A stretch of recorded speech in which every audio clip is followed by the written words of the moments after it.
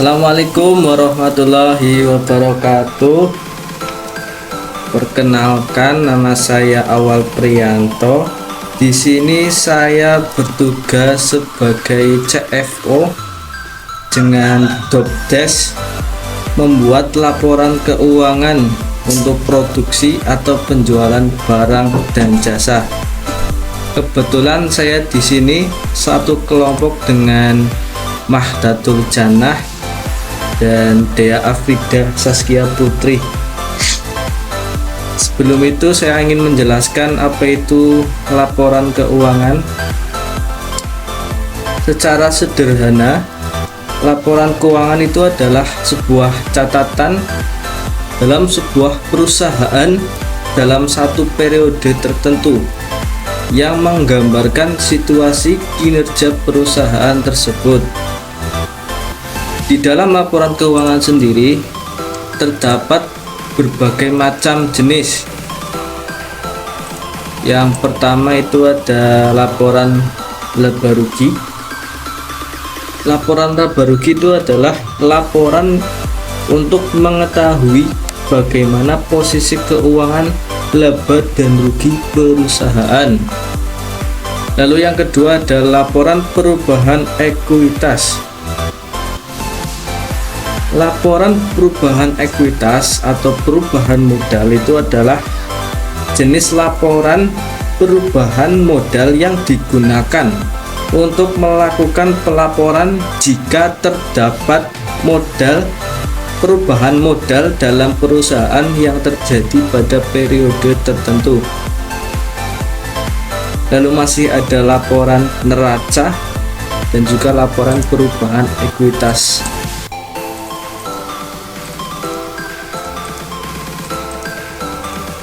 Ya.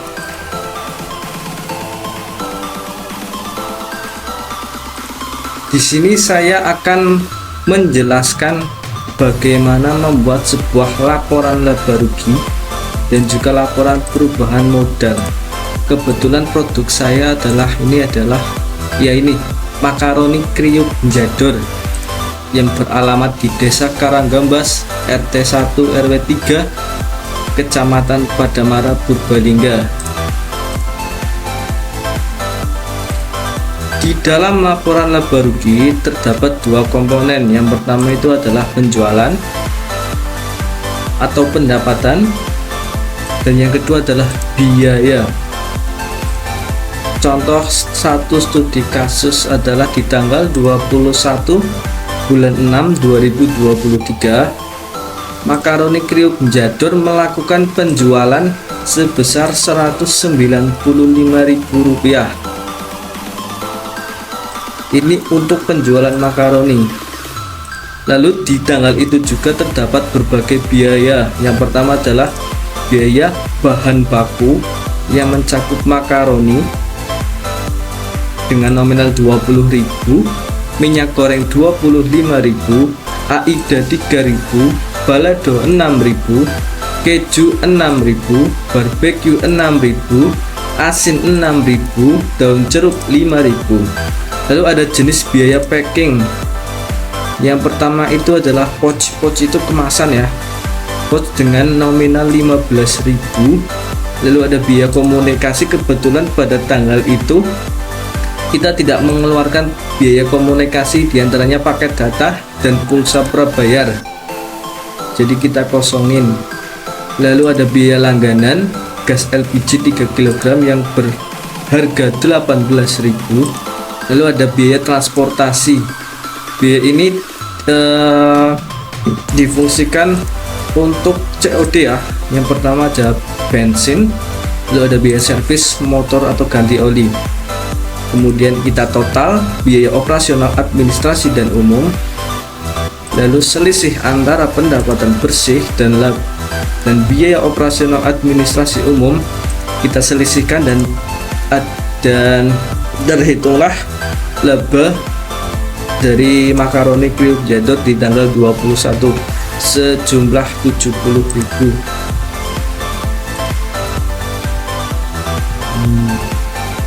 Lalu kebetulan saya akan mengisi laporan penjualan di tanggal 6 ya. Kebetulan saya sudah mencatatnya di buku warung, aplikasi online. Saya tidak menggunakan buku warung sebagai pelaporan keuangan ya, dikarenakan menurut saya agak kurang lengkap ya, terutama untuk modal harus kas dan juga neraca, tidak bisa ngeklop lah. Di tanggal 6 kita bisa menjual makaroni senilai 55.000. Lalu seperti biasa ini biaya ini selalu habis pakai ya, kita copy saja.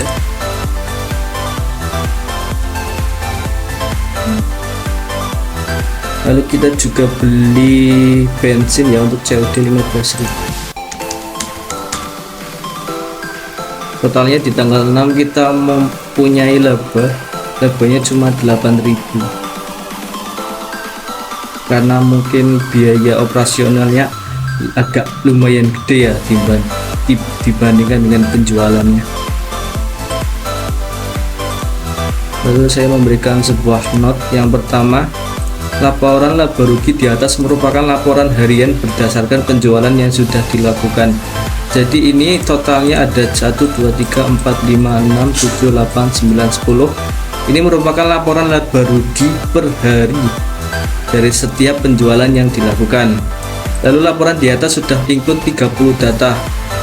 Ini total include sudah 30 data ya. Lalu penjualan makaroni mengalami kenaikan dan penurunan yang dinamis. Nah, ini di tanggal pertama kita 195.000 penjualannya. Lalu di tanggal 23 kita naik ke 200.000.